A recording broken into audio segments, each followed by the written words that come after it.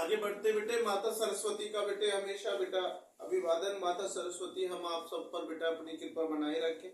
ओम सरस्वती माता नमो नमः। ओम विद्यादायिनी नमो नमः। ओम हंसवाहिनी नमो नमः। ओम सरस्वती विद्या देवी नमः। बेटे आगे बढ़ते बेटे हम अपना कार्य बेटे मार्कर मुझे दे दो बेटे। मार्कर बेटा ठीक है बेटे, ये बेटे मार्कर हो गया मेरा इंटरेस्ट। ठीक है बेटे आगे बढ़ते हैं। सुनिए अब बेटे अच्छे से ध्यान दिया करो। कोई क्वेश्चन समझ में नहीं आता है तो बेटे उसे कमेंट में मेरे को लिख दो या पूछ लिया करो। कोई ऐसी चीजें नहीं होती है कि भाई दोबारा नहीं बताया जाता। नहीं बेटे समझ में अच्छे से समझो। देखो बेटा मैंने क्वेश्चन जो लिखा है इसमें लिखा बेटे एक गोली है। ये थोड़ा सा बेटे मैं न्यूमेरिकल टाइप का मैं इसे करूंगा। मैंने सॉल्व इसलिए नहीं करा कि जिससे कि मैं आपको समझा सकूं। ठीक है ना बेटे, इसलिए मैंने हल नहीं किया। तो बेटे मैंने लिखा एक गोलीय दर्पण की वक्रता त्रिज्या 20 सेंटीमीटर है। अच्छे से समझना कितनी है गोलीय दर्पण की वक्रता त्रिज्या 20 सेंटीमीटर। बेटे इसको गेट को क्लोज कर दो। वक्रता त्रिज्या कितनी है बेटे 20 सेंटीमीटर। इसकी फोकस दूरी क्या होगी? इसने पूछा है क्वेश्चन ने कि फोकस दूरी क्या होगी। बिल्कुल वक्रता त्रिज्या दे रखी है हमारी, कितनी दे रखी है 20 सेंटीमीटर। उसने क्या पूछा है दर्पण की फोकस दूरी। तो मैं इसको हल कैसे करूंगा? जब इसको मैं पूरा समझा दूंगा तो पहले मैं आपको बस केवल वैसे समझा रहा हूं मौखिक, फिर मैं इसे हल करूंगा। अच्छे से समझना, लास्ट में मैं इन्हें हल करूंगा। पहले समझा रहा हूं। देखो बेटे जब हम निकालेंगे दर्पण की फोकस दूरी बराबर वक्रता त्रिज्या अपॉन 2। इसका फॉर्मूला क्या होगा? दर्पण की फोकस दूरी बराबर वक्रता त्रिज्या अपॉन 2। वक्रता त्रिज्या कितनी है 20 सेंटीमीटर। तो 20 अपॉन 2। भाई समझो, बोर्ड पे मैं करूंगा वो चीज की चिंता नहीं आप करो, आप समझो। पहले मैंने जो मेरा एक गोलीय दर्पण की वक्रता त्रिज्या कितनी दे रखी है 20 सेंटीमीटर। क्या पूछा उसने? फोकस दूरी पूछी है। क्या पूछा बेटे? फोकस दूरी। बेटे हम फोकस दूरी निकालेंगे तो वक्रता त्रिज्या अपॉन 2। तो 20 में हम क्या क्या डिवाइड करेंगे बेटे 2 का। तो हमारी फोकस दूरी कितनी निकल आएगी दर्पण की 10 सेंटीमीटर। क्या निकल आएगी बेटे 10 सेंटीमीटर। क्लियर है? मैं इसे हल करूंगा, ये मत सोचना कि हल नहीं करूंगा। मैंने आपको समझाया केवल, अभी समझा रहा हूं, हल करूंगा बाद में। अगला क्वेश्चन है विद्युत धारा किसे कहते हैं? विद्युत धारा किसे कहते हैं? ये चैप्टर हमारा बहुत इंपॉर्टेंट होता है। विद्युत धारा ये हमेशा बेटा चलता रहता है एंड तक, ये कभी खत्म नहीं होता। है बेटा समझ में? ये बहुत ही महत्वपूर्ण चैप्टर होता है हमारा। तो मैंने क्वेश्चन लिखा विद्युत धारा किसे कहते हैं। तो बेटे मैं आपको बता रहा हूं किसी चालक में, क्या बेटे ये जो मैंने लिखा किसी चालक में जब विद्युत आवेश के प्रभाव, ये रहा विद्युत आवेश के प्रभाव की दर, विद्युत आवेश के प्रभाव की दर को ही विद्युत धारा। परिभाषा और भी हो सकती है कितना खर्च कितना हो, लेकिन मैंने एक सिंपल लैंग्वेज का यूज। अच्छे से समझिए क्वेश्चन क्या है, विद्युत धारा किसे कहते हैं? किसी चालक में विद्युत आवेश के प्रभाव की दर को ही विद्युत धारा कहते हैं। नहीं बेटा अभी समझ में? किसी चालक में विद्युत आवेश के प्रभाव, ये रहा विद्युत आवेश के प्रभाव की दर को विद्युत धारा कहते हैं। नहीं बेटा समझ में? मेरे साथ अच्छे से बोलो। किसी चालक में विद्युत आवेश के प्रभाव की दर को ही विद्युत धारा कहते हैं। जैसे I बराबर आवेश बटे समय, I बराबर आवेश बटे समय। समझ गए विद्युत धारा? आसानी से लिख लोगे किसी चालक के प्रभाव, ये जो मैंने लिखा है आवेश का कर लोगे। क्लियर है? अब क्वेश्चन समझिए, देखो कितना सा अंतर है, डिफरेंट। धारा की जगह ऊर्जा है। अगला क्वेश्चन क्या है मेरा? विद्युत ऊर्जा किसे कहते हैं? इससे पहले क्वेश्चन क्या था? विद्युत धारा। तो यहाँ धारा है, यहाँ ऊर्जा है। आप देखिए केवल एक अक्षर का अंतर है, एक शब्द का ही तो है भाई। आप देखिए यहां धारा की जगह क्या है, ऊर्जा। एक शब्द धारा की जगह यहां ऊर्जा, बाकी जू का तू देखिए सेम है, बिल्कुल सेम टू सेम, बस एक शब्द का डिफरेंट है। जहां बेटे धारा है वहां यहां ऊर्जा है। दूसरा इसमें क्या बदलाव आएगा देखना आप अच्छे से।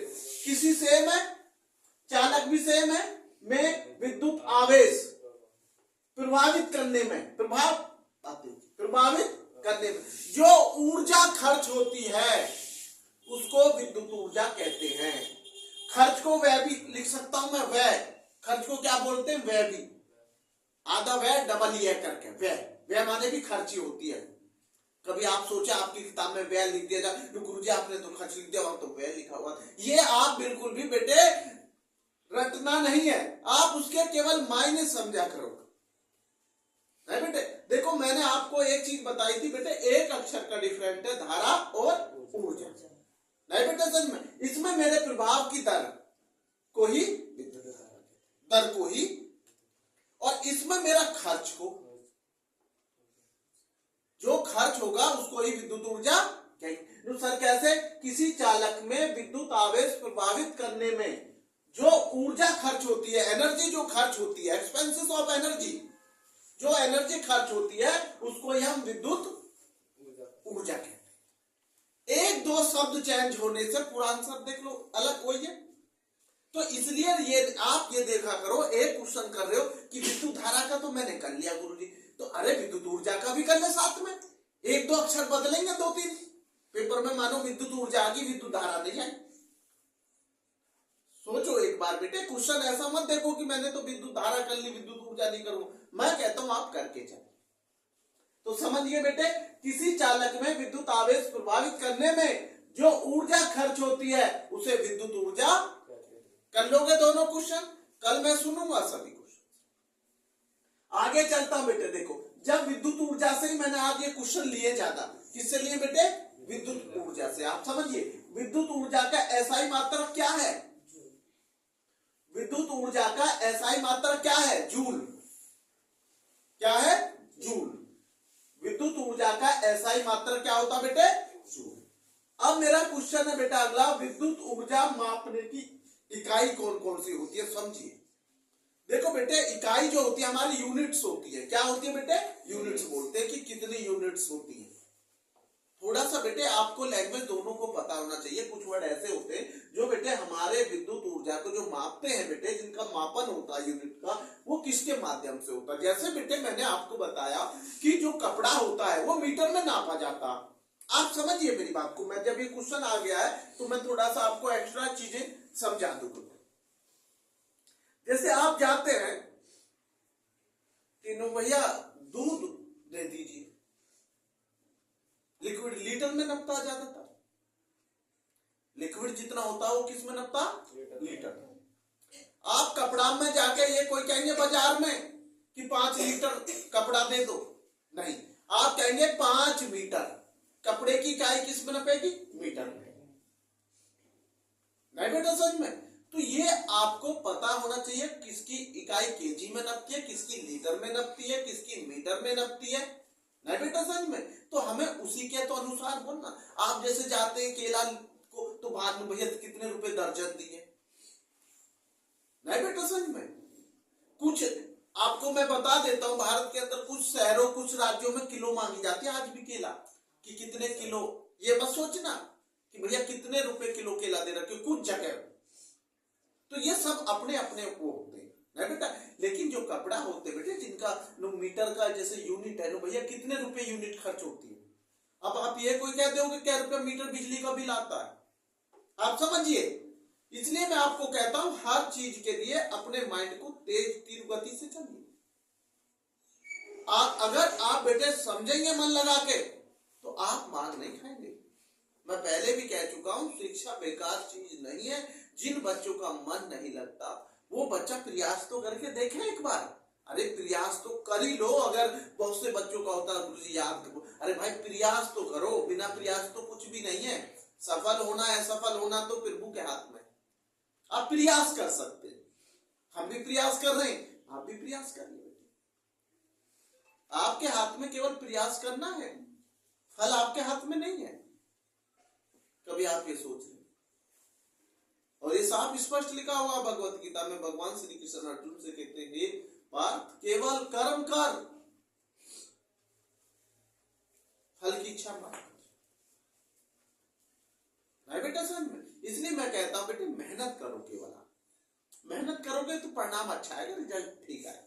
आप बिल्कुल नर्वस मत हो, चाहे कंपटीशन में बैठ रहे बच्चे, चाहे बेटा ये बोर्ड परीक्षा में बैठ रहे या कोई वैसी परीक्षा में सब बैठ रहे, बेटे नर्वस मत हो, अच्छे से अपनी परीक्षा दीजिए, बस परीक्षा पर फोकस कीजिए ओनली, केवल। नहीं बेटा समझ में, और लक्ष्य बेटा सबसे इंपॉर्टेंट है कैरियर। जिस बच्चे ने कैरियर बना लिया बेटे, उसने आने वाली पीढ़ी को भी सुरक्षित कर रहा है। ये समझना बेटे मेरी बात को। दिन प्रतिदिन जमीनें घटती जा रही हैं, क्योंकि गवर्नमेंट डिपार्टमेंट विकास में जा रही है, खेती कम होती जा रही है दिन प्रतिदिन, आप समझ लेना। जितने विकास होंगे वो जमीन में तो होंगे या आकाश में जाकर हो जाएंगे, तो जितने विकास होंगे वो जमीन में तो होंगे, और ये जमीन ले जाएंगे, ये तो जाही बात है, जमीन जा रही है ज्यादातर। तो भाई इसलिए मैं आपसे कह रहा हूं कि आप अपने कैरियर की तरफ ध्यान दें। यहाँ कोई किसी का नहीं होता, अगर कैरियर अच्छा है, आपके पास पैसा है, तो आपकी इज्जत सम्मान है बेटे, चाहे आप हो चाहे मैं हूं। नहीं, यहाँ कोई किसी का सम्मान इज्जत नहीं होते, वहां यहाँ केवल उतना याद किया जाता है, या इतना वो कि जब तक आपसे काम नहीं निकलेगा, जब तक आपके साथ है। जिस दिन आपसे काम निकल जाएगा, आपका साथ देना छोड़ देता इंसान। लेकिन केवल भगवान ऐसा बेटे जो आपका साथ देगा।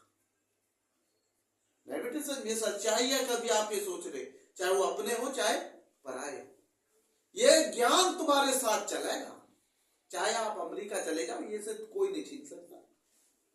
वो बिल्कुल सत्य है, ना राजा छीन सकता, ना चोर चुरा सकता, ना भाई बांट सकता। नहीं बेटा सच में, इसे कोई नहीं बांट सकता। इसलिए तो कहता हूं पढ़ लो, अब जो समय मिला है पढ़ने का उसे मत गवाओ यार। बहुत भाग्यशाली हो तुम लोग, जो पढ़ने का मौका भगवान ने तुम्हें दिया है, तुम्हारे माता पिता ने। उसे अच्छे से उसको बेटा यूज करो, उसका सदुपयोग करो समय का। तो मेरा बेटा ये क्वेश्चन आपको जो मैं बताना चाह रहा था बेटे, कि विद्युत ऊर्जा को मापने की इकाई क्या हो सकती है। देखो बेटे, किलोवाट घंटा, किलोवाट जूल में भी नापा जा सकता है, इसको वाट में भी नापा जा सकता है। नहीं बेटे समझ में, तो मैंने इसकी बेटे विद्युत ऊर्जा मापने की इकाई बताई, किलोवाट घंटा, जूल, वाट। नहीं बेटे समझ में, आपसे क्वेश्चन में पूछ ले जाए विद्युत ऊर्जा मापने की इकाइयां बताइए, तो आप लिख देना किलोवाट घंटा, वाट, जूल। क्लियर है। अब सबसे मैंने पूछा आपसे क्वेश्चन में पूछ ले जाए विद्युत ऊर्जा का एसआई मात्रक क्या होता, आप तुरंत बोल देना जूल होता। क्या होता? जूल होता। मैंने क्वेश्चन पूछा आपसे विद्युत ऊर्जा किसे कहते हैं, जब किसी चालक के विद्युत आवेश की जो प्रभावित करने में जो ऊर्जा खर्च होती है उसको विद्युत ऊर्जा कहते हैं। विद्युत धारा किसे कहते हैं, किसी चालक का विद्युत आवेश में जो प्रभाव की जो दर को क्या कहते हैं, विद्युत धारा कहते हैं। जैसे मैंने ये लिखा, आई बराबर आवेश बटे समय, आई बराबर आवेश बटे समय। क्लियर है। अनुसार ये क्वेश्चन क्या है, एक गोलीय दर्पण की वक्रता त्रिज्या 20 सेंटीमीटर है, इसकी फोकस दूरी क्या होगी। अब मैं इसे हल करूंगा, इन्हें मिटा दूं बेटे नीचे के, ठीक है बेटे। अब मैं इन्हें हल करूंगा बेटे। यहाँ पे मेरे बेटे सवाल जो है यहाँ से स्टार्ट हो जाएगा, मैं समझाऊंगा, मैंने वैसे आपको समझा दिया, लेकिन हल मैं करूंगा। कभी कभी बच्चे को ऐसा होता बेटे समझ में नहीं आता, कोई बच्चे हो जाता बेटे, वो कोई बड़ी बात नहीं। मेहनत करो बेटा। बेटा एक क्वेश्चन हमने आपसे पूछा था, जो है साइंस से जुड़ा हुआ नहीं पूछ रहा हूं मैं इकोनॉमिक्स से जुड़ा हुआ पूछ रहा हूं। अर्थशास्त्र के जन्मदाता कौन है, फादर, पिता, जनक, एडम स्मिथ।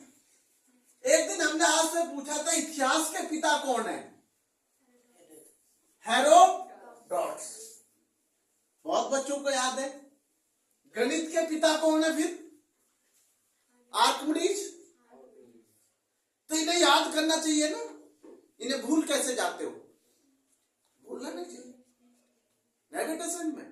तो आप इन चीजों का आप सोचते हैं गुरुजी पीछे का नहीं पूछेंगे, मैं कोई सा भी क्वेश्चन किसी भी टाइम पूछ सकता हूं, किसी भी वीडियो में, आपको पता होना चाहिए भाई, नहीं बेटा समझ में। जब आप इतने सुबह उठ के आते हो बेटे मॉर्निंग में, कितना है तो उसका सदुपयोग ही तो करना है?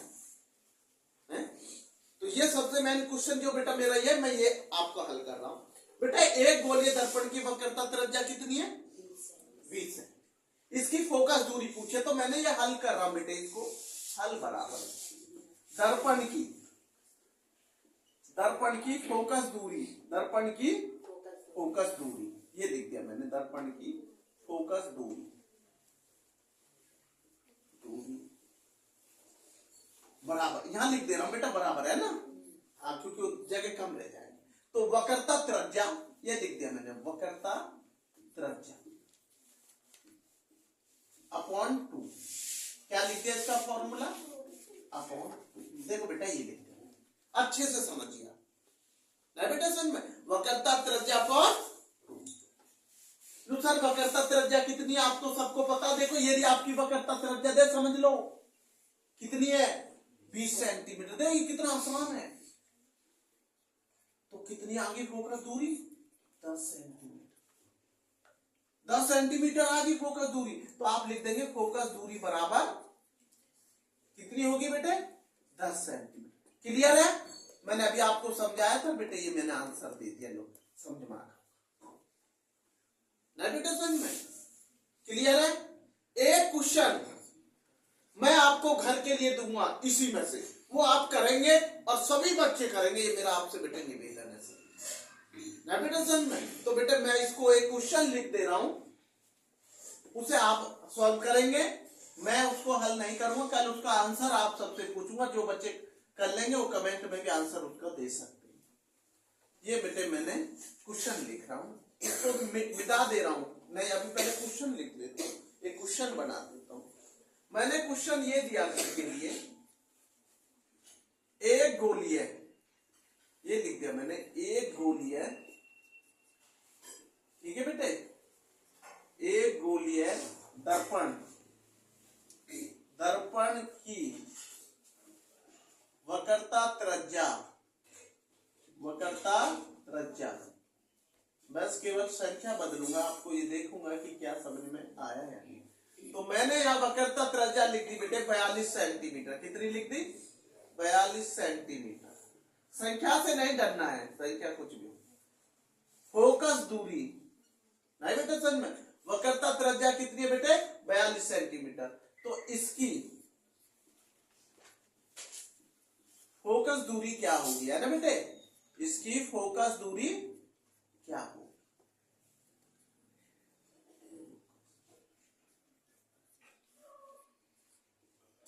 दूरी क्या होगी, ये लिखते हैं, फोकस दूरी, ठीक है बेटे। एक गोलीय दर्पण की वक्रता त्रिज्या बेटे 42 सेंटीमीटर है, और इसकी जो बेटे फोकस दूरी क्या है? ये क्वेश्चन तुम्हें हल करना, मैं इसको नहीं बताऊं, जब नहीं होगा जब कल में, ठीक है बेटे। ये मैंने आपको साइंस को बेटे मैं यहीं रोक रहा हूं, इसको मैं मिटा दे रहा हूं बेटा, लिख लिया ना बेटा सबने? ठीक है, जिनका नहीं छूट गया वो वीडियो से देखकर अपना पूरा कर लेंगे, कोई ऐसी बात नहीं। आगे चलते बेटे, आप आज हम बेटे पहले एसएसटी से पहले बेटे हिंदी को लेंगे। किसको लेंगे बेटे? हिंदी का, क्योंकि बोर्ड का पेपर पहला हमारा हिंदी का है, यूपी बोर्ड का, थोड़ा हमें उस पर भी फोकस करना है, अच्छे से समझना बेटे, बहुत बेटे। मैं आपको पहले 5 वो लिखवा दे रहा हूं बेटे, जो रचनाएं ज्यादा बार बार रिपीट हो रही हैं, नहीं बेटा समझ में, कि उनके लेखक पूछे गए। क्या पूछे गए बेटे? लेखक। सर पहला क्या है बेटे? जैसे इंदुमती, क्या बेटे? इंदुमती किसकी रचना है? मैं लिख दे रहा हूं इंदुमती, पहला इंदुमती, इंदुमती किसकी रचना है? आप बताएंगे किसकी रचना है? या इंदुमती के लेखक कौन है, ये भी लिख सकते हैं ना बेटे। इंदुमती के लेखक कौन है, ये या किसकी रचना है बात, ये मत देखो कि क्वेश्चन रचना नहीं है। इंदुमती के लेखक कौन है या इंदुमती रचना के लेखक कौन है, अच्छे से समझ लीजिए बेटे। इसको बच्चे को बैठने दीजिए। इंदुमती किसकी रचना, क्वेश्चन कुछ भी हो सकता है। या इंदुमती रचना के लेखक कौन है, बेटा समझ में। मैंने आपको देखो तीनों टाइप से समझा रहा हूं, क्योंकि बेटा ब्लैक बोर्ड पे ज्यादा नहीं लिख पाता, समझा ज्यादा करो, नहीं बेटे समझ में। मेरा क्वेश्चन है बेटे, इंदुमती के लेखक कौन है। नो सर इंदुमती है क्या, अरे भाई रचना है। या इंदुमती रचना के लेखक कौन है, तीनों टाइप से हो गया। इंदुमती रचना के लेखक कौन है, अगर ये गुरुजी हमको तो रचना लिख दीजिए, बहुत से बच्चे रटते बहुत हैं। लो भाई इंदुमती के रचना के लेखक, क्योंकि रटने में माहिर है कुछ बच्चे ज्यादा, रचना के लेखक ये लिख दिया भाई। अब तो बहुत आसान हो जाएगा ना, लेखक कौन है। लो, क्योंकि कुछ बच्चों को तो सेम टू सेम चाहिए, और मैं कहता हूं कभी सेम टू सेम शिक्षा में नहीं होना चाहिए। आपको सारे क्वेश्चन तोड़ मोड़ के सब आना चाहिए। ज्ञान जितना लोगे उतना थोड़ा है भाई, जितना लोगे उतना थोड़ा, और जितना बांटोगे उतना बढ़ेगा, घटेगा नहीं।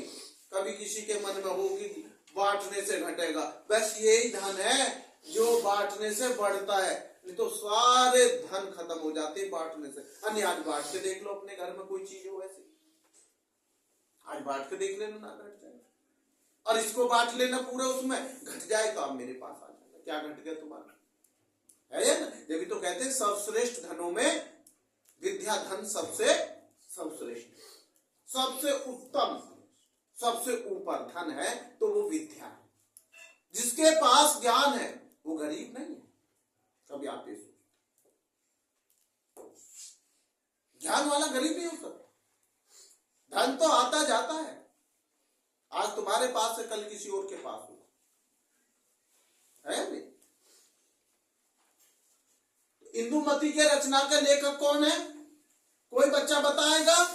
किशोरी लाल गोस्वामी, कौन है, किशोरी लाल गोस्वामी, लिख दूं किशोरी लाल, ये लिख दिया मैंने आंसर, किशोरी लाल गोस्वामी, क्या बेटे, गोस्वामी, गोस्वामी है बेटे, नहीं बेटे संग में कौन है बेटे, किशोरी लाल गोस्वामी। मैं इस पर अंडरलाइन भी कर दूंगा आंसर पर, ये है बेटे इसका आंसर, ये लो गोस्वामी, किशोरी लाल गोस्वामी। किसके हैं लेखक, इंदुमती रचना के लेखक हैं गोस्वामी या किशोरी लाल गोस्वामी। किशोरी लाल गोस्वामी रचना है बेटे हमारे लेखक, इंदुमती रचना के, किसके बेटे, इंदुमती रचना के लेखक है किशोरी लाल गोस्वामी। याद हो गया। कोई पूछ ले आपसे, ये भी तो आ सकता है पलट के पेपर में कि किशोरी लाल की रचना कौन सी है, तो आप लिख तो सकते हैं इंदुमती। भाई क्वेश्चन को रटना नहीं, उसने लिख दिया पेपर में किशोरी लाल गोस्वामी, किस मतलब रचना को, एक रचना लिखिए किशोरी लाल गोस्वामी की, ये भी तो कह सकता, तो आप लिख देंगे इंदुमती। अरे इंदुमती रचना के लेखक कौन है, किशोरी लाल गोस्वामी, लिख दोगे। चलते हैं दूसरा क्वेश्चन। मैं उस बच्चे से पूछूंगा कि भैया इंदुमती रचना के लेखक कौन है, बताइए इंदुमती रचना के लेखक, किशोरी लाल गोस्वामी। सबकी आवाज एकदम पैनापन आनी चाहिए। एक क्वेश्चन सबको, पहले भी आप 10th में जब पढ़े होंगे तो आपने देखा होगा एक गोदान आती है, गोदान। गोदान उपन्यास के लेखक कौन है, गोदान उपन्यास के लेखक मुंशी प्रेमचंद जी हैं। ये बड़ा प्रसिद्ध है, कभी आप ये सोच रहे हो कि भाई इसको भूला जा सकता, बहुत फेमस है मुंशी प्रेमचंद जी। वो हिंदी हिंदी के छोटे मोटे लेखक नहीं थे, बहुत बड़े लेखक थे। कभी आप ये सोच रहे नहीं बेटा? सर मैंने आपसे पूछा गोदान उपन्यास के लेखक, तो क्या पूछ रहे हो? गोदान, ये लिख दिया मैंने, गोदान उपन्यास, उपन्यास के लेखक, ये लिख दिया मैंने, उपन्यास के लेखक। लेखक कौन थे? कौन? समझ गए बेटे? गोदान उपन्यास लिख दिया। सर कौन है? अभी तो बताया मैंने, मुंशी प्रेमचंद, ये लिख दिया मैंने, प्रेमचंद। बहुत ही हमारे फेमस कवि रहे प्रेमचंद, कोई नहीं बोल सकता, प्रेमचंद। और भैया एक चीज और बता दे रहा हूं आपको, अंतिम उपन्यास था ये गोदान उनका, ये भी आप सुन लीजिए। अगर आपसे पूछ लिया जाए, क्वेश्चन पेपर में बदलाव आता है, मैंने देखे हैं, उन्होंने कह दिया बताइए मुंशी प्रेमचंद जी का अंतिम उपन्यास कौन सा था, तो आप क्या लिखेंगे? गोदान। नहीं बेटा अभी समझ में, क्योंकि इनका अंतिम उपन्यास था बेटे, जब इन्होंने लिखना छोड़ा था तो ये इसी से बेटे इन्होंने खत्म किया था। जो बेटे लास्ट उपन्यास कौन सा था बेटे इनका? गोदान उपन्यास। किसका बेटे? मुंशी प्रेमचंद जी। ठीक है बेटे, इससे ज्यादा और इसको क्या समझाऊं? आप जो पूछना चाहो बिल्कुल पूछिए। अगला क्वेश्चन समझ गए बेटे? इसको बेटा मिटा दूं क्योंकि बेटा फिर जगह नहीं रहेगी उत्तर। गोदान उपन्यास के लेखक कौन है सूरज? गोदान उपन्यास के, तेज आवाज नहीं आ रही है, तुम बताओ बेटे। तुलसी, गोदान उपन्यास के लेखक कौन है? प्रेमचंद। तुम बताओ तनु, गोदान उपन्यास के लेखक कौन है? हाँ, आवाज तेज होनी चाहिए। क्या होनी चाहिए? आवाज तेज होनी चाहिए। तुम बताओ भाई प्रिंस, गोदान उपन्यास के लेखक? प्रेमचंद। मैं देखना चाह रहा हूं आवाज में कितनी किसकी में पैनापन है पीछे। तो ये बेटे दो हो गया हमारा। पहला क्या था बेटा? इंदुमती। दूसरा क्या था? गोदान। अब मैं पूछ रहा हूं कलम का सिपाही। कलम का सिपाही, डंडा का सिपाही नहीं पूछ रहा हूं, बंदूक का सिपाही नहीं पूछ रहा हूं, कलम का सिपाही पूछ रहा हूं। कलम का सिपाही जीवनी किसकी है? ये लिख दिया मैंने, कलम का सिपाही। ये लिख दिया भाई तीसरा क्वेश्चन, कलम का सिपाही। कलम का सिपाही, सिपाही तो सबको याद रहता है ना। कलम का सिपाही जीवनी किसकी है? बताइए जीवनी किसकी है? कलम का सिपाही जीवनी किसकी है? बताइए किसकी है? कलम का सिपाही जीवनी किसकी है? बताइए आप। मैंने क्वेश्चन किया कलम की सिपाही, ये कलम की सिपाही के लेखक कौन है? कलम के सिपाही की जीवनी के लेखक कौन है? भैया कोई नहीं है, वही अभी जो पहले बताया था प्रेमचंद जी। अभी थोड़ी देर पहले आंसर दिया था मुंशी प्रेमचंद, वही है भैया इनके आंसर। ये लिख दिया हमने प्रेमचंद, ये लिख दिया भाई प्रेमचंद। समझ गए आप सब कि भाई कलम का सिपाही जो है वो भी किसके? मुंशी प्रेमचंद। और भैया गोदान उपन्यास के लेखक भी कौन है भैया? मुंशी प्रेमचंद। ठीक है भैया, क्लियर है? और बेटे इंदुमती के हमने बता दिया था किशोरी लाल गोस्वामी। तीन क्लियर हो गए। अब हम अगले पर चलते हैं बेटा। सबसे मेन पॉइंट हमारा सुनिए, एक है वाण भट्ट। क्या बेटे? वाण भट्ट की आत्मकथा के रचनाकार है। वाण भट्ट की आत्मकथा के रचनाकार है। पेपर में कई बार पूछी है। आपने सुना होगा हजारी प्रसाद द्विवेदी नाम, बिल्कुल सुना होगा हिंदी गद्य के अंदर। बेटे ये हजारी प्रसाद द्विवेदी की है, आचार्य हजारी प्रसाद द्विवेदी। एक है महावीर प्रसाद द्विवेदी, नहीं बेटे समझ में, एक है आचार्य हजारी प्रसाद द्विवेदी। कुछ बच्चे हजारी की जगह महादेवी लिखे आते हैं, तो ये गलती ना करें, आप समझिए।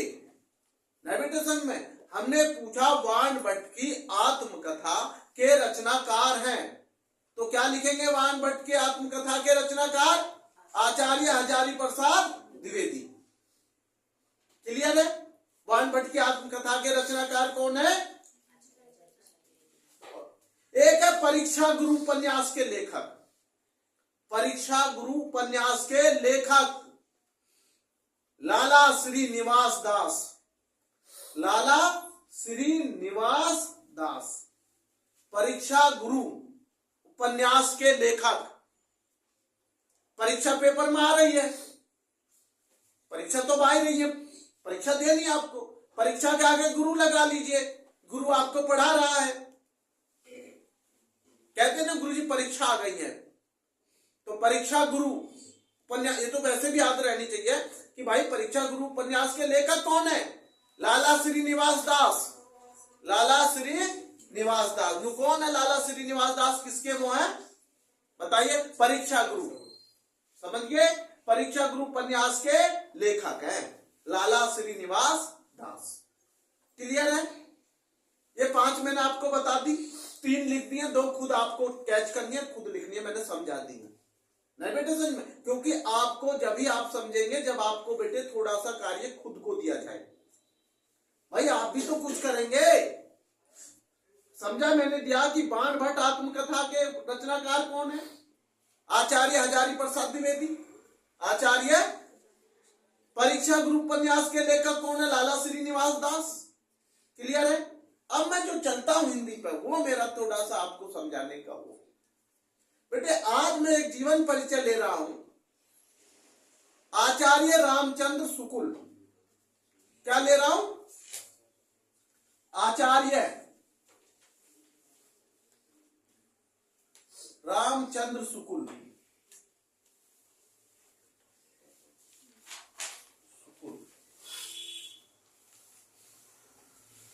का बेटे संक्षेप में जीवन परिचय समझाने का कोशिश करूंगा। क्या बेटे? संक्षेप जीवन परिचय, ये लिख दिया बेटे। आज मैं थोड़ा इस पर फोकस करूंगा बेटे। ये है बेटे मेरा आपको समझाने का आज हो, आचार्य रामचंद्र शुक्ल। देखो बेटे मैं आपको बता रहा हूं आचार्य रामचंद्र शुक्ल के बारे में, पहले थोड़ा सा सुन लीजिए, जब लिखूंगा थोड़ा समझ लीजिए। मैंने एक दिन आपको जीवन परिचय 2-3 दिन पहले बताया था, डॉक्टर राजेंद्र प्रसाद का बताया था। तो डॉक्टर राजेंद्र प्रसाद का जन्म याद है या भूल गए? 1884 में। देखो आप समझिए, एक तीर से 3 निशाने साधूंगा, 2 नहीं 3 निशाने साधूंगा।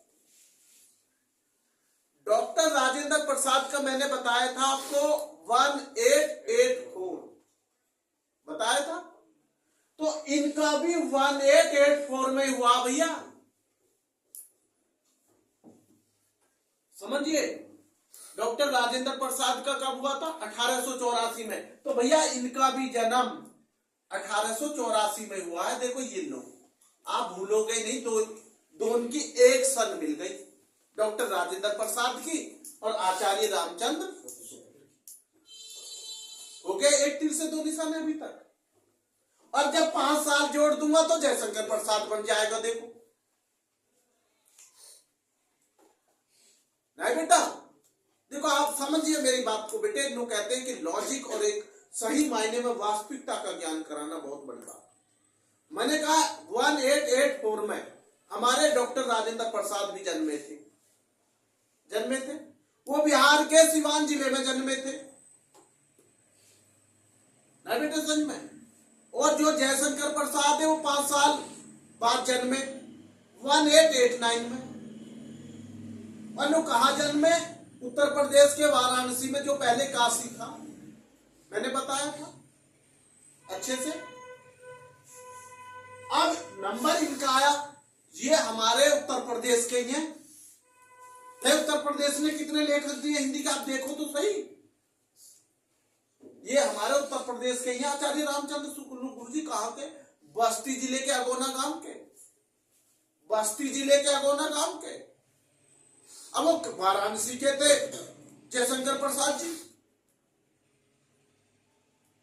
है या ना बेटा?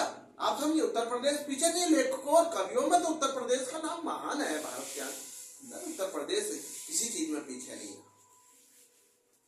उत्तर प्रदेश है, उत्तर का प्रदेश है। जनसंख्या जनसंख्या में सबसे आगे, कोई है कि जनसंख्या में सबसे पीछे? और सबसे पहला नंबर जनसंख्या में उत्तर प्रदेश का ही है। लेखक और कवि में खूब उत्तर प्रदेश अपना नाम आगे रखता है, और प्रधानमंत्री सबसे ज्यादा उत्तर प्रदेश ने दिए। ऐसी बात नहीं है। अरे ऐसा कोई पद नहीं जो उत्तर प्रदेश को ना मिला हो, राष्ट्रपति पद रामनाथ कोविंद उत्तर प्रदेश के रहे, नहीं बेटा सर। तो ऐसी बात नहीं उत्तर प्रदेश में कमियां नहीं है, बहुत अच्छे महान हस्तियां, बड़े बड़े अच्छे नेता, बड़े बड़े अच्छे, नहीं बेटा सर में। तो ये हमारे यूपी की देन बहुत बड़ी है। उत्तर प्रदेश सरकार बदल देती है, यूपी प्रधानमंत्री बदल देती है जब अपनी पे आती है। यूपी 80 सीट लिए हुए लोकसभा की, कितनी सीटें लिए हुए? 75 जिले हैं, 75 उत्तर प्रदेश के अंदर, नए विषन में 403 विधानसभा सीट है, 403 नए बेटा सन में। तो इसलिए उत्तर प्रदेश को हल्का नहीं दिया जा सकता। उत्तर प्रदेश तो भारी है। उत्तर प्रदेश का मुख्यमंत्री हमारा बहुत बड़ा है, प्रदेश नहीं चला रहा, देश चला रहा हमारा माननीय योगी आदित्यनाथ।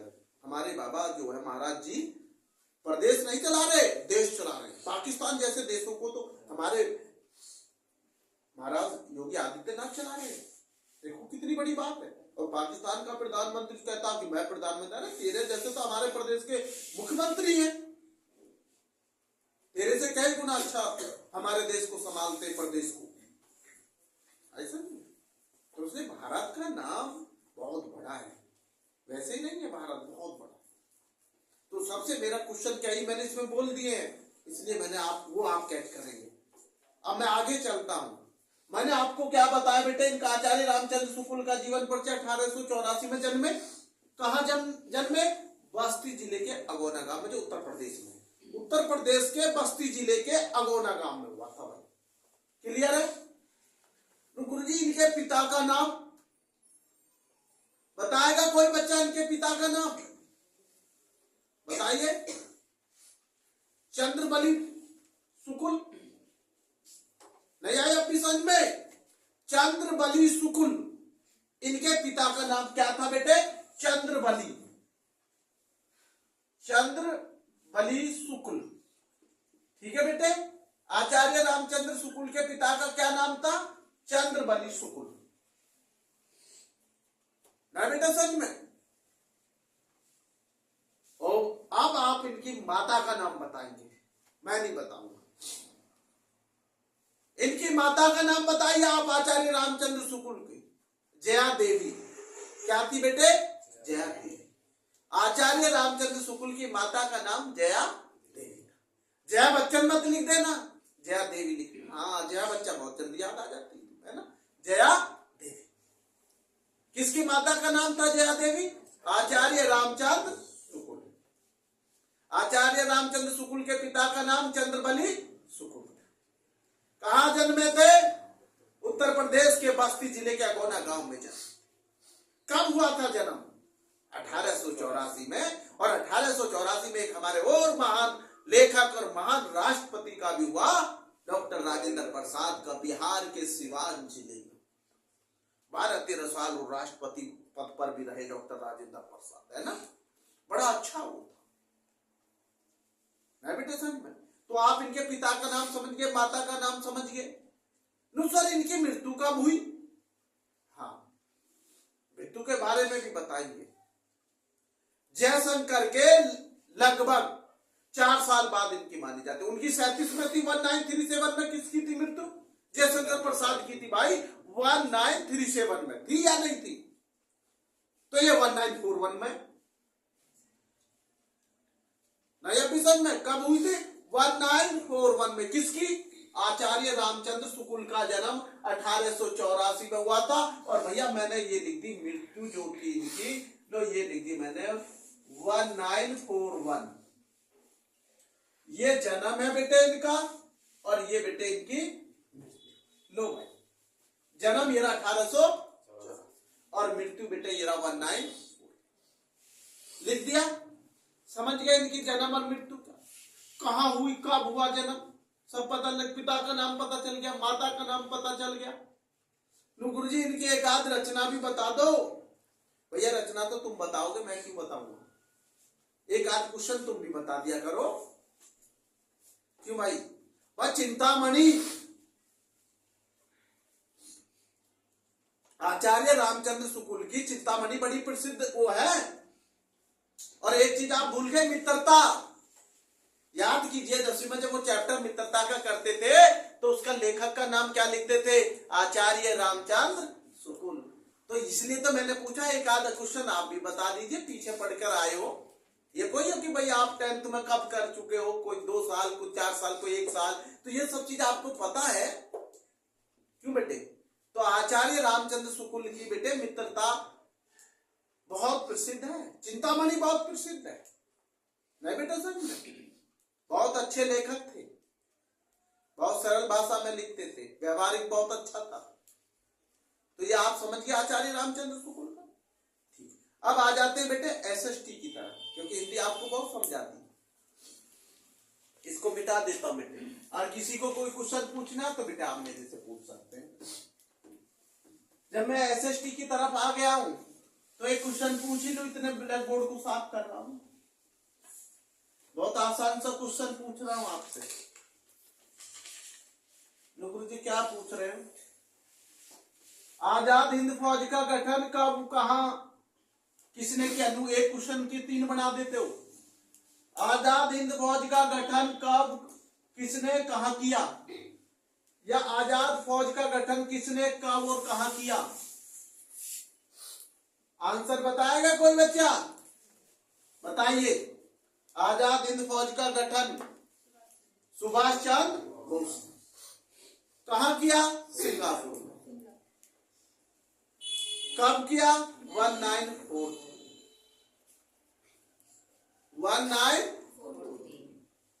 सिंगापुर में सुभाष चंद्र बोस।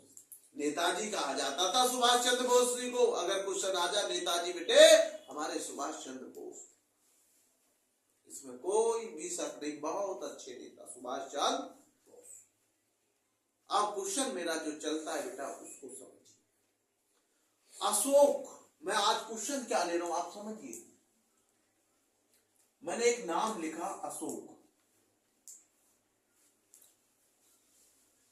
अशोक बच्चे का नाम भी होते हैं, स्टूडेंट, कितने स्टूडेंटों के नाम अशोक? अशोक किस वंश का शासक था? मैं ये है अशोक किस वंश का, ये क्वेश्चन है मेरा हिस्ट्री का। अशोक किस वंश का शासक था? क्वेश्चन मेरा ये है, शासक था।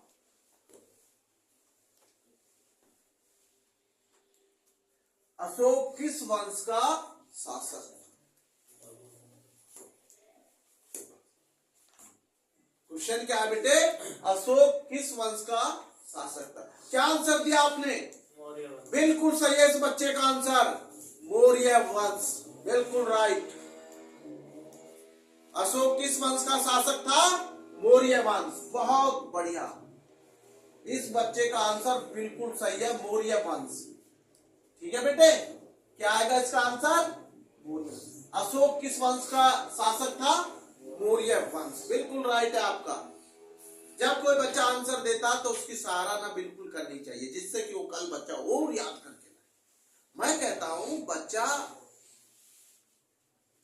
अगर प्रयास करता है तो बेटे वो आगे बढ़ता है।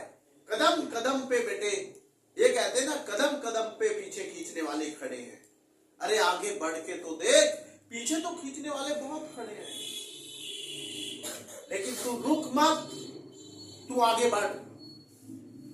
अनेक चुनौतियां, अनेक समस्याएं आएंगी, रुक मत, आगे बढ़।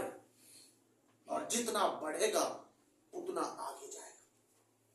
रुक मत, अपने लक्ष्य को तरफ जा। एक दिन ना एक दिन लक्ष्य मिलेगा। आज नहीं, आज के दिन लक्ष्य मिलेगा। साल बदल जाएगी, दिन बदल जाएंगे, तारीख बदल जाएगी, लेकिन सफलता जरूर तुम्हें। बस अपने कार्य को करते रहो, हटो मत। अगर हार मान ली फिर लक्ष्य बदल जाएगा। आगे चले। सबसे मैंने अगला क्वेश्चन है सत्याग्रह। के जनक सत्याग्रह, मेरा क्वेश्चन ये रहा सत्याग्रह। और ये तो बेटे अफ्रीका में भी लागू किया गया था। गांधी जी ने जब अफ्रीका में गए थे 1906 में, तो भैया सत्याग्रह वहीं से उन्होंने प्रयोग करना शुरू किया। कभी आप ये सोच रहे हो दक्षिण अफ्रीका में, क्योंकि आपको पता गांधी जी दक्षिण अफ्रीका से कब लौटे? 1915 में, 1915 में तो लौटे थे। तो पहले उस समय कई साल वो कहाँ रहे? दक्षिण अफ्रीका। तो सत्याग्रह उन्होंने पता पहले उसका प्रयोग दक्षिण अफ्रीका में करके देख लिया। भाई कहीं तो प्रयोग करोगे, मिसाइल चलाओ, कहीं तो देखोगे। तो इसका तो बहुत बड़ा नाम है सत्याग्रह। तो सत्याग्रह कहना क्या करे? जनक, पिता, सत्याग्रह के जनक। मैं लिख रहा हूं, चलो जनक लिख दे रहा हूं। भाई जनक का मतलब पिता ही हो गया। देखो इसका आंसर दे रहा हूं मैं, महात्मा का। मैंने सब कुछ तो बोल दिया क्यों, और फिर भी आंसर बता रहा हूं। अभी तो बताया इनका महात्मा गांधी, तो इसका आंसर क्या आएगा? महात्मा गांधी। लो ये लिख दिया भाई, महात्मा गांधी। सत्याग्रह के जनक कौन है? पिता बेटे। तेज आवाज आनी चाहिए सत्याग्रह में, बोलिए सत्याग्रह के जनक महात्मा गांधी। ये लिख दिया महात्मा, सत्याग्रह के जनक महात्मा गांधी। ये दक्षिण अफ्रीका से महात्मा गांधी जी कब लौटे थे? 1915 में। कारगिल युद्ध कब हुआ था पाकिस्तान और भारत का? 1999 में, 1999। उस समय हमारे देश के प्रधानमंत्री अटल बिहारी वाजपेयी थे। और बहुत ये कहता हूं बेटे, बहुत अच्छे प्रधानमंत्रियों में एक प्रधानमंत्री थे। ना पैसा का लालच था उन्हें, ना सत्ता का लालच था। उनका तो उद्देश्य देश को आगे ले जाना। बहुत अच्छे कवि भी थे अटल बिहारी वाजपेयी। कभी आप ये सोच रहे हो, अनेक कविता लिखी है अटल बिहारी वाजपेयी ने। एक प्रधानमंत्री नहीं, एक बहुत अच्छे कवि भी थे भारत के अंदर। नहीं बेटा सर, तो भारत तो एक ऐसे ऐसे उत्तर प्रदेश के प्रधानमंत्री रहे जिनका नाम बहुत हुआ, चौधरी चरण सिंह। बहुत भारत ने उत्तर प्रदेश ने दिए है प्रधानमंत्री भारत। नहीं बेटे सर, मैं बोला बाल रहा उत्तर प्रदेश का। अब आगे चलते बेटे, ये तो हो गया सत्याग्रह के जनक। एक आपने सुना होगा, मैंने पहले भी कभी जिक्र किया, सांची का स्तूप। नहीं किया होगा तो आज कर देता हूं। सांची का स्तूप कहां है? सांची, ये लिख दिया मैंने, सांची। सांची, साक्षी मत लिख लेना, सांची। सांची का स्तूप, साक्षी लिख दी। सांची का स्तूप कहां है? ये लिख दिया मैंने, कहां है? कहां है भैया? मध्य प्रदेश में। कहां है सांची का स्तूप? मध्य प्रदेश में। ये लिख दिया, इसका एमपी लिख दे रहा हूं शॉर्ट में। क्या लिख दे रहा हूं? एमपी। अपने आप समझना। एक बार हमने एक वीडियो में यूएमआर बोला था, एक ट्रिक में क्या बोला था? यूएमआर। यू का मतलब क्या बोला था? उत्तर प्रदेश में 75 क्या थे? हमने दूसरा नंबर सेकंड पे एमपी। एम का मतलब कितने जिले थे? 55। बहुत बढ़िया। तीसरे नंबर पर आर का मतलब राजस्थान में कितने जिले थे? बहुत। और इन सबको जोड़ लेना, और जोड़कर कितने जिले बन गए थे? 171। लमसम कितने बने थे? 171। जो भी बने, तो यूएमआर भी बहुत बड़ी बात हो गई। यूएमआर, तो ये भैया क्या है? सांची का स्तूप कहां है? एमपी में। कहां है? मध्य प्रदेश। मध्य प्रदेश। अगला क्वेश्चन है मेरा, सुनिए। नालंदा विश्वविद्यालय, नालंदा विश्वविद्यालय कहां था? नालंदा विश्वविद्यालय कहां था? बेटे ये बहुत प्राचीन विश्वविद्यालय था, कभी आप सोचिए। और इसमें कई कई हजारों बच्चे अध्ययन करते थे, बाहर के बच्चे भी थे, विदेश।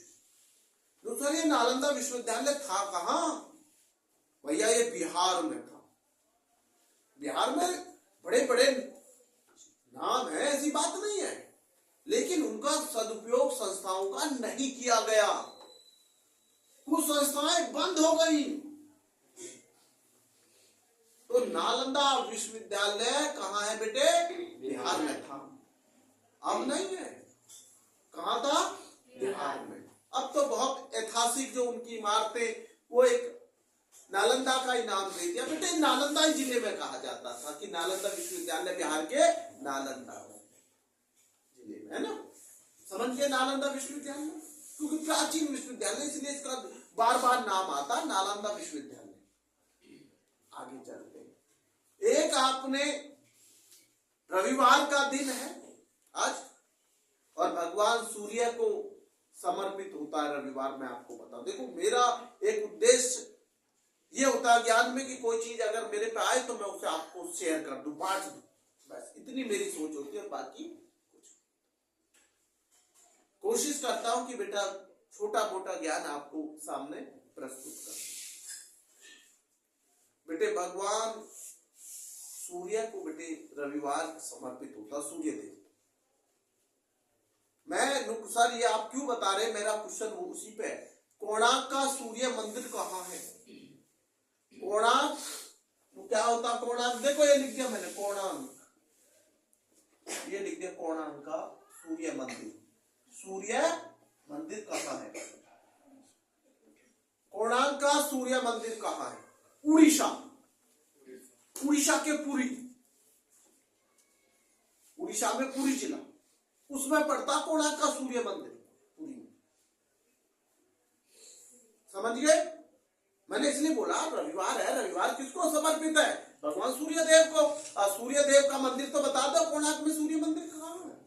बहुत प्रसिद्ध मंदिर है भगवान सूर्य देव का कोणार्क में सूर्य मंदिर। कहाँ प्रसिद्ध, कहाँ है बेटे वो? उड़ीसा, उड़ीसा, उड़ीसा के पुरी, उसमें। क्लियर है?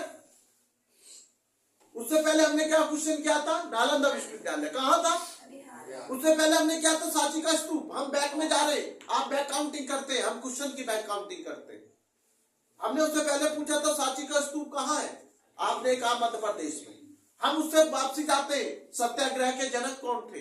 गांधी। हम जाते अशोक किस वंश के शासक थे? मौर्य वंश। हम बैक चलते, बैक टू काउंट। आप काउंटिंग बैक करते, हम क्वेश्चन बैक करते।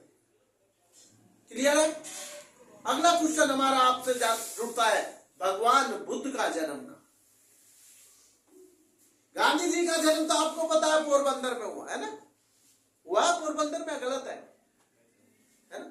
एक क्वेश्चन पे और क्वेश्चन जोड़ते चला करो, क्वेश्चन पे क्वेश्चन निकालते चलो। हमने जब भगवान बुद्ध का नाम पूछा हमने कि भगवान बुद्ध का जन्म कहाँ, भाई उन्होंने जो ज्ञान प्राप्त करा था वो कहाँ किया था? बुद्ध गया सारनाथ, कहते हैं ना। मैंने ये पूछा उनका जन्म कहाँ हुआ, कभी आप उसे लिखा है? लुम्बिनी में हुआ। कहाँ हुआ था? लुम्बिनी। भगवान बुद्ध का जन्म कहाँ हुआ था? लुम्बिनी। सर अब ये लुम्बिनी कहाँ है? नेपाल में भाई। कभी पाकिस्तान लिख दो या भारत, नहीं, लुम्बिनी कहाँ है इस समय? नेपाल में। बेटा समझ में, लुम्बिनी कहाँ है? नेपाल में। और आप जानते हैं नेपाल में सबसे ज्यादा भगवान बुद्ध को पूजा जाता है। ये ध्यान रखना, भगवान बुद्ध को नेपाल में सबसे ज्यादा पूजा।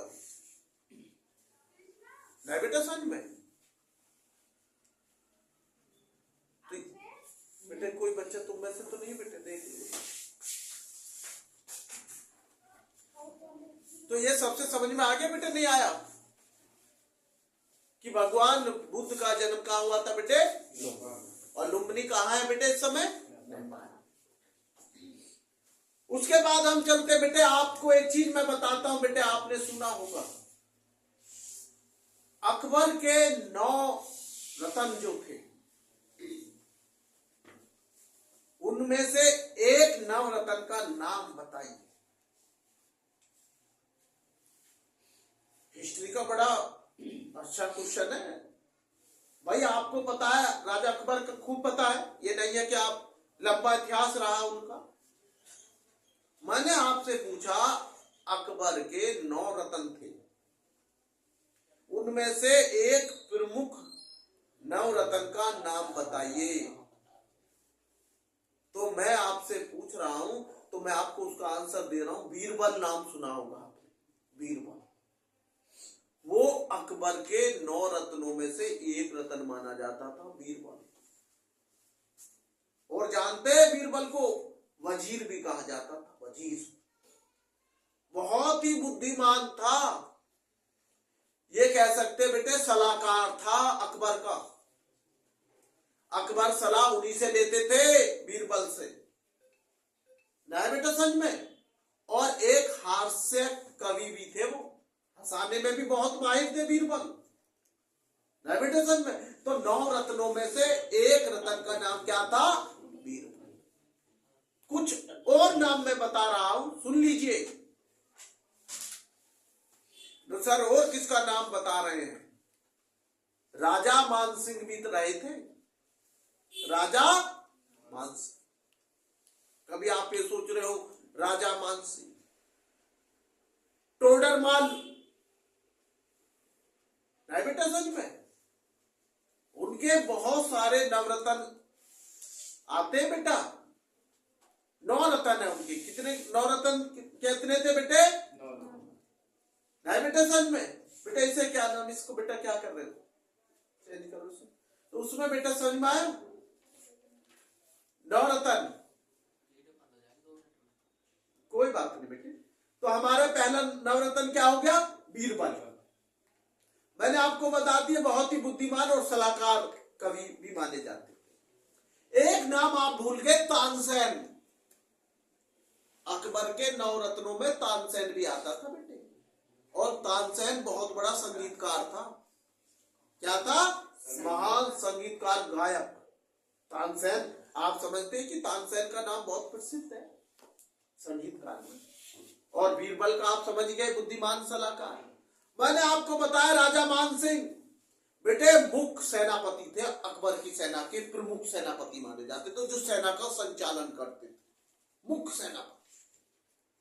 सेनाओं के ऊपर जितनी सेनाओं की देखभाल, सेनाओं को कहां भेजना, तो राजा मानसिंह करते थे।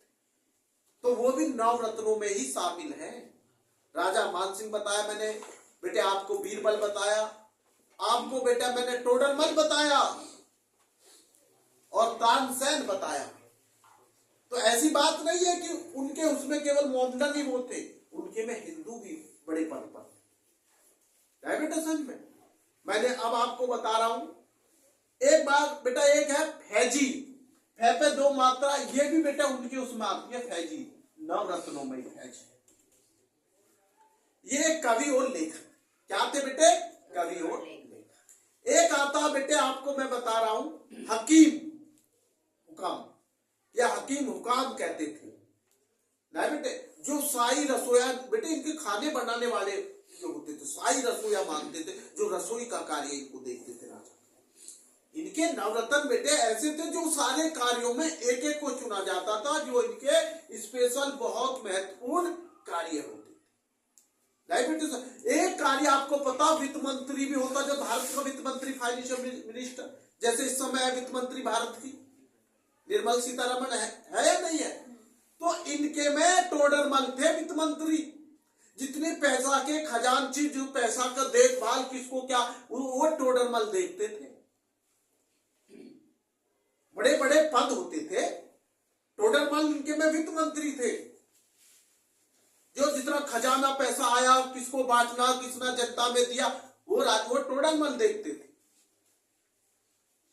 इनके खाने का बनाने का जिम्मा हमने बताया अभी आपको, हकीम हुकाम देखते थे, जो रसोया शाही रसोया मानते थे। एक है अब्दुल रहीम खाने खाना।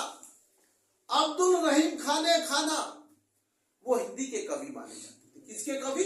हिंदी के कवि। एक है अबुल फजल। क्या थे? अबुल फजल, वो भी लेखक थे। क्या थे? लेखक।